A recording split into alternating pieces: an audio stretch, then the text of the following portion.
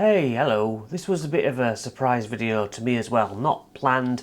I got a comment from a viewer, Twin Steel. They're collecting homebrew rules, and I thought, yeah, I'll tell you my house rules. So I wrote a bit of a list, probably forgotten some. But let's start with when you roll the dice for your ability scores. You roll 4 dice, you take out the lowest one, and that's your score.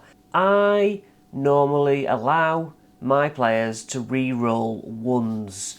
And once they've re-rolled the ones, that's it. I've looked at all the ways people suggest of doing those scores and they all come out something like the same anyway.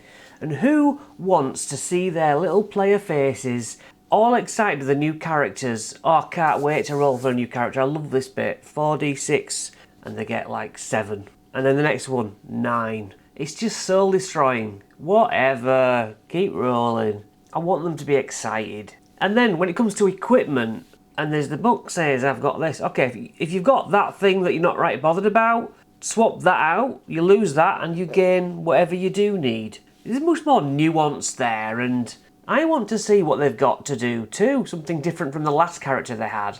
And as for prepared spells, because I generally for the first few years started off with new players, I didn't have them prepare the spells. I was like, you can do those spells, you've got this many, but you don't need to cross them out and tick them each day. I don't care about prepared spells. If the players do want to do that, that's fine. Sometimes I say, do you do that? And they say, yeah. I'm like, you don't need to. I don't play D&D to get to a position where you have that spell, yeah, but you didn't prepare it. Just do the bloody spell and shut up. So, as for firing ammunition, I love the fact that you can only gain half back, but I don't have that as a rule. I'm like, I'm not interested. That's not the exciting bit. Just fire an arrow if you have arrows. Now, bullets, I'm a little bit more on top of. Let's just say you've got 6. Let's just say you've got 20. I like a finite amount. Okay, you've got to do something to create some more, whether it's in downtime or whatever. I mean, encumbrance. a lot of us don't bother. Food and drink. I don't really bother with any of those. You've eaten. You've had a wee. I don't need a roleplay you having a wee. But as for weapons, I also don't want them carrying every goddamn scimitar that they find and they've got 30 weapons. I'm like, no, you've got 3 weapon slots. If you pick up a weapon, you put down another. 2 hand axes would count as 1 weapon slot. But you know what players are like. They generally only have 1 weapon and they'll just use that forever. My crits are the fairly standard, homebrewed, crunchy crits.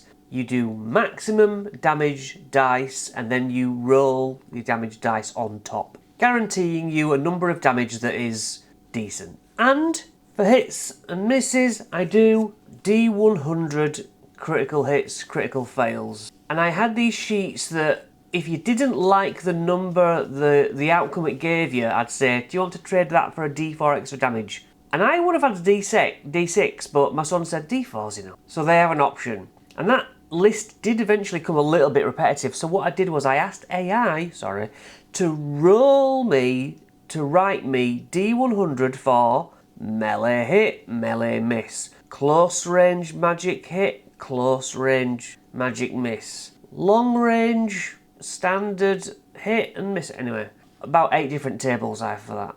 D100, and they're all unique. Getting up from being prone and wasting half your movement bothered me.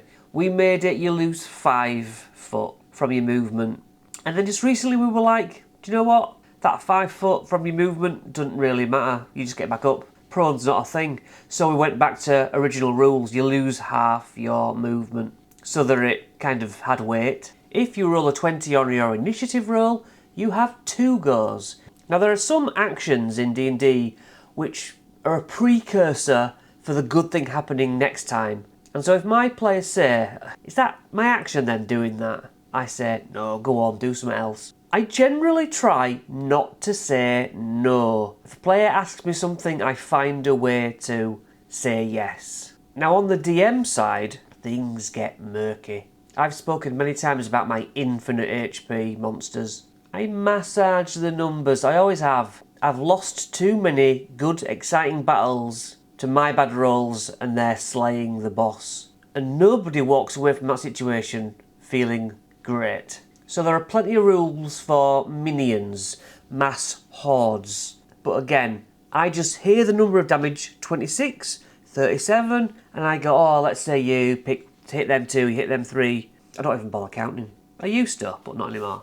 NPCs, I sometimes give death saves to, just to jump up and stab my players in the back. And at times I've had an NPC zip open a pocket in reality, reach in and pull something out, just for flavour on the moment. And the players are like, oh my god, if I can do that, there must be this level. I'm like, no, I'm just making it up because it's cool. Now, suffocation, that came up very recently again, and I was like, I don't like suffocation rules. What's your constitution? 3? So that's 3 + 1 minutes.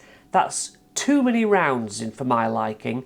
I say it's 3 + 1, not minutes, but rounds. So when you're all drowning or swimming, you start to go into levels of exhaustion each round after. Some spells say you can't target a door. Magic Missile targets a creature, not an object. Choose a creature.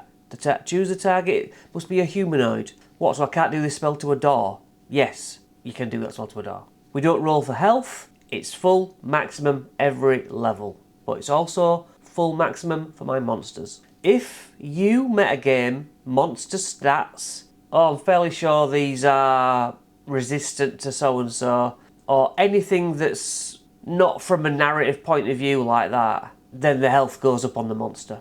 Or I can do something off the top of my head without a problem. If you're going to just ruin the game, I'm going to make the monster different. And I have been known to strike players with lightning for doing such a thing. And I'm like, look, I am God, you will listen. Now my players themselves said, no more silvery barbs. It ruins the game. And those are the ones off the top of my head. I am very, very lenient. You know, D&D is the starting point and we make our own fun on top of that. Anyway, I hope you're alright and I'll see you in the next video.